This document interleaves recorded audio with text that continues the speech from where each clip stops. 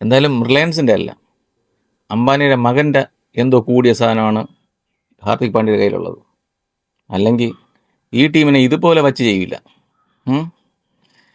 അണ്ണൻ്റെ ആറ്റിറ്റ്യൂഡ് കാരണം തോക്കുന്ന കളികളുടെ എണ്ണം ഇങ്ങനെ കൂടി വരികയാണ്. ടീമിലെ കളിക്കാരുമായിട്ട് കോർഡിനേഷൻ ഇല്ലെന്നുണ്ടെങ്കിൽ ഒരു ടീമിനെ ഒരിക്കലും ജയത്തിലേക്ക് കൊണ്ടുവരാൻ പറ്റൂല.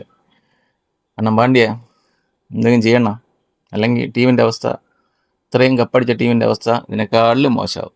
ഇന്നലത്തെ കളി കാണാതിരുന്നത് തന്നെ സഞ്ജു സാംസന്റെ ടീമായ ചെന്നൈ സൂപ്പർ കിങ്സിൻ്റെ കളി കാണാനും നമ്മുടെ ദൈവത്തിൻ്റെ സ്വന്തം ടീമായ മുംബൈ ഇന്ത്യൻസിൻ്റെ കളി കാണാനും. ഇപ്പോൾ സഞ്ജു സാംസന്റെ ഇപ്പോൾ വന്നതുകൊണ്ട് നമ്മൾ അതിൻ്റെ ഫാൻസായ ഒരാളാണ്. നമ്മൾ സ്വാഭാവികമായിട്ട് പ്രതീക്ഷിക്കുന്ന ഒരു കാര്യം എന്ന് വെച്ച് കഴിഞ്ഞാൽ രണ്ട് നല്ല ടീം വന്ന് ഫൈറ്റ് ചെയ്യുമ്പോൾ നല്ലൊരു ഗെയിം പ്രതീക്ഷിക്കും. കാരണം ഇതിന് മുന്നേ അങ്ങനെ തന്നെ രോഹിത് ശർമ്മ ക്യാപ്റ്റനായ സമയത്തും എല്ലാം നല്ല ഗെയിമാണ് ഉണ്ടായിട്ടുള്ളത്.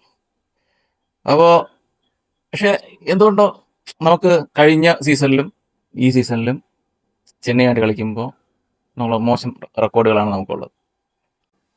മുംബൈയുടെ കാര്യം പറഞ്ഞു കഴിഞ്ഞാൽ മുംബൈക്ക് ഒട്ടും വയ്യ. GTക്കെതിരെ നല്ല സ്കോറിൽ നമ്മൾ ജയിച്ചു, നല്ല സ്കോർ ഡിഫറൻസിൽ, റൺസ് ഡിഫറൻസിൽ നമ്മൾ ജയിച്ചപ്പോൾ ഞാൻ വിചാരിച്ച് ഇനിയുള്ള അങ്ങോട്ടുള്ള ടീം വല്ല കളികളെല്ലാം അടിപൊളിയായിരിക്കും. ഇല്ല, നമ്മളൊന്നും പഠിച്ചിട്ടില്ല. കളി ഏകപക്ഷമായി ജയിക്കുന്നത് കാണുമ്പോൾ തന്നെ കളിയിലോട്ടുള്ള ഒരു രസം പോവും. ഇതിൽ ഫസ്റ്റ് തന്നെ നമ്മളെ വിക്കറ്റുകൾ എല്ലാം പോകുന്നുണ്ട്. സൂര്യകുമാർ യാദവിന് വയ്യാത്തതാണോ അതോ എന്താണെന്നറിയില്ല. സൂര്യകുമാർ യാദവ് കളിക്കാൻ കണ്ടു കഴിഞ്ഞാൽ പണ്ട് കളിച്ചിരുന്നതിൻ്റെ ഒരു നിഴല് മാത്രമായിട്ടാണ് ഫീൽ ചെയ്യുന്നത്. പിന്നെ ഈ ഹാർദിക് പാണ്ഡ്യന് ഫീൽഡിങ് ഇടുന്ന രീതി, ഇപ്പം രോഹിത് ശർമ്മയെ ബൗണ്ടറി ലൈനിലിടും, ബുംറയെ കവറിൽ അല്ലെങ്കിൽ സ്ലിപ്പിലിടും.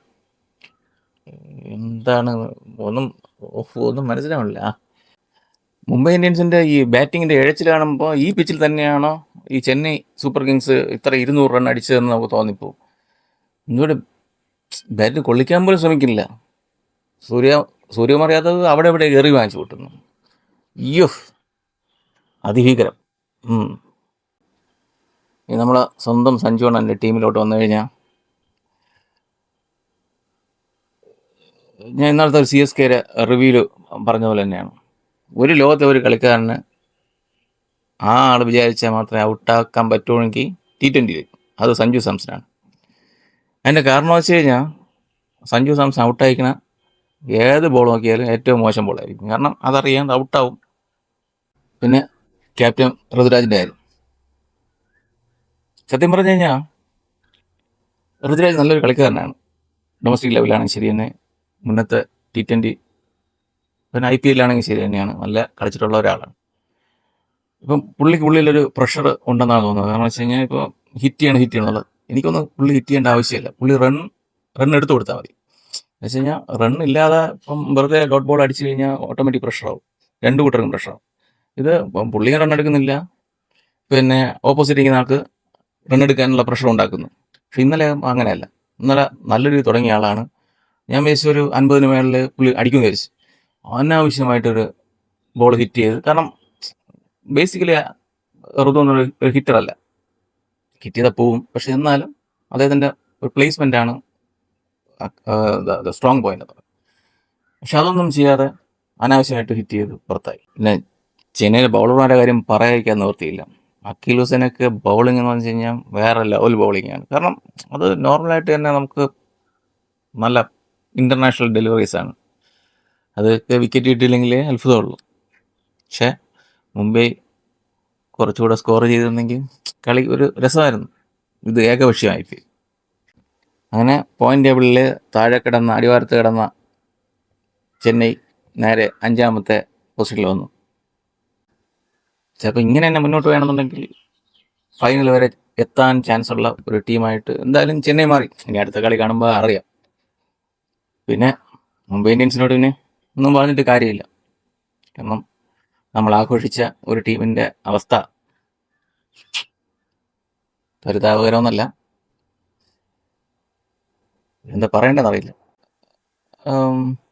നമുക്കൊരിക്കലും ഹാർദിക് പാണ്ഡ്യയുടെ ഒരു വിരോധം എന്ന് പറഞ്ഞ സംഭവം മുംബൈയുടെ ആരാധകർക്കില്ല. പക്ഷേ മുംബൈ ടീമിനെ ഇങ്ങനെ ആക്കുമ്പോഴാണ് പാണ്ഡ്യ എയറിലാവുന്നത്. കാരണം ശരിക്കും പാണ്ഡ്യയൊക്കെ എന്ന് പറഞ്ഞു കഴിഞ്ഞാൽ ഒരു ഒരു ഒരു ഒരു ഒരു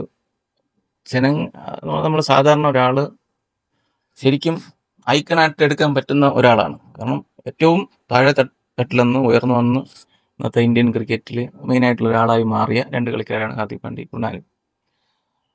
അപ്പോൾ സ്വാഭാവികമായിട്ടും അവരെ ഈ ചില ആരഗൻസും ആറ്റിറ്റ്യൂഡും കാരണം കാരണമാണ് രണ്ടുപേർക്കും നമ്മുടെ ക്രിക്കറ്റ് പ്രേമികളുടെ ഇടയിൽ അത്ര ഇഷ്ടപ്പെടുന്ന ആൾക്കാരുണ്ട്, അത്ര പഥ്യമില്ലാത്തത്.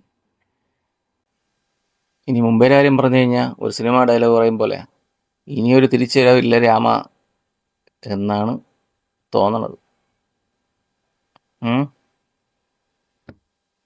மீண்டும் சந்திக்க வரைக்கும் வணக்கம்.